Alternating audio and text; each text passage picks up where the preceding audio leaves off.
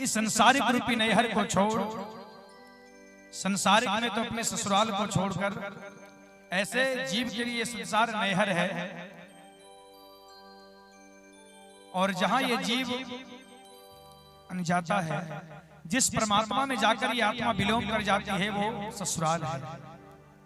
इसलिए संत सम्राट साहब कबीर लिखते हैं, और ससुरारी ससुरारी और जानी घोसू है सखिया, आहे जानी घोसू है सखिया, और ससुरारी बसा है बाड़ी दूर,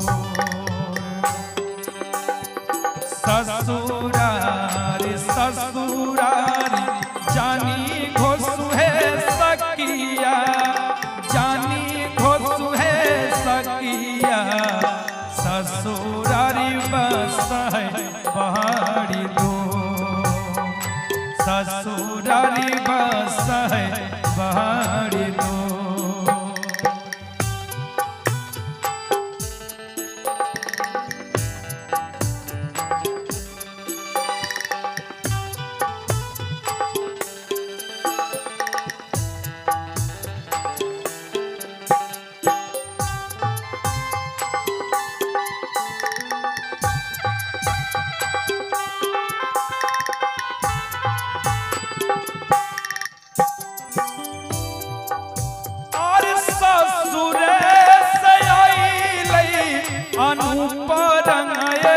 जोगिया अनुपारन एक जोगिया, देखी देखी नया ना जुड़ा,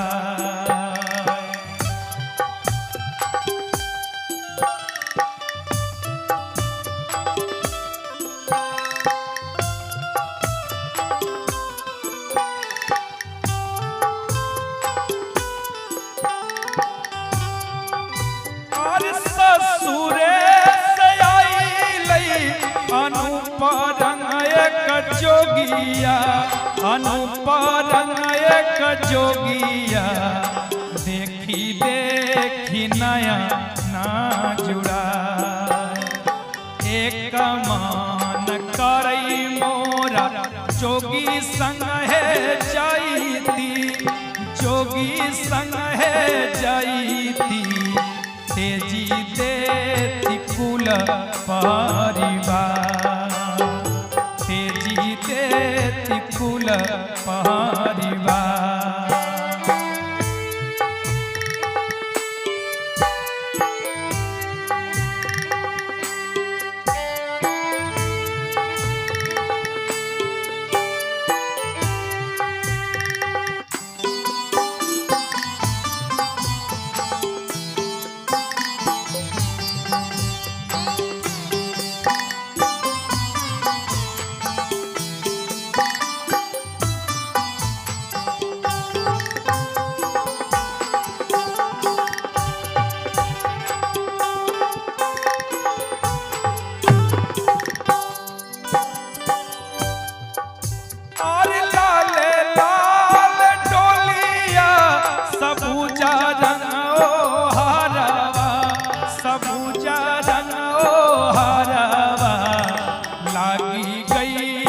चारी गो कहार,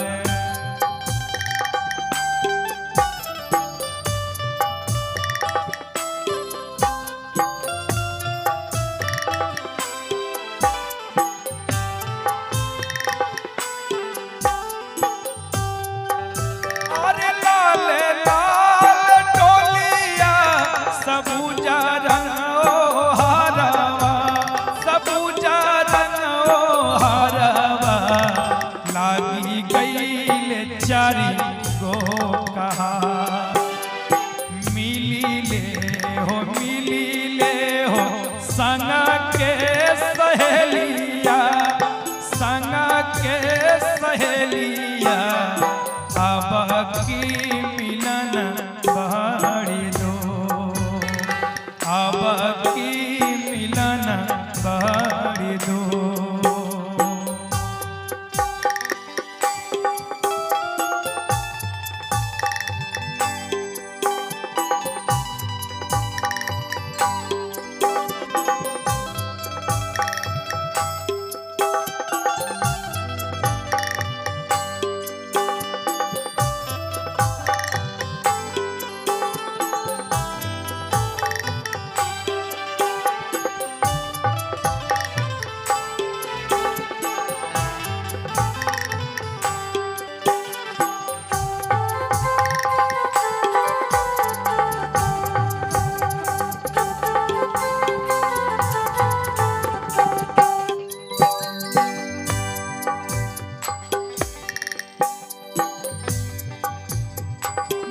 बचाल नदिया अगम बहै धारावा, अगम बहै धारावा, कौने विधि उतराव पार। ये जीव रूपी कहती, ये जीव रूपी दुल्हन कह रही है, ये आत्मा कह रही है कि जहां मुझे जाना है इसके बीच में भवसागर है, उस भवसागर को मैं पार कैसे करूंगी। कह रही है पार भवचाल नदिया अगम बहै धारावा, अगम बहै धारावा, कौने विधि उतराव पार। सत्य के रनैया चढ़ी जैबै सासुरारिया, जैबै सासुरारिया, तेजी देबै नैहरे के बार। सत्य के रनैया चढ़ी जैबै सासुरारिया, जैबै सासुरारिया, तेजी देबै नैहरे के बार, तेजी देबै नैहरे के बार। साहेब कबीर हो बाबा कैलन सामदानिया हो राम, लिखे सामदानिया, गाई गाई बेदर्दी सुनाए।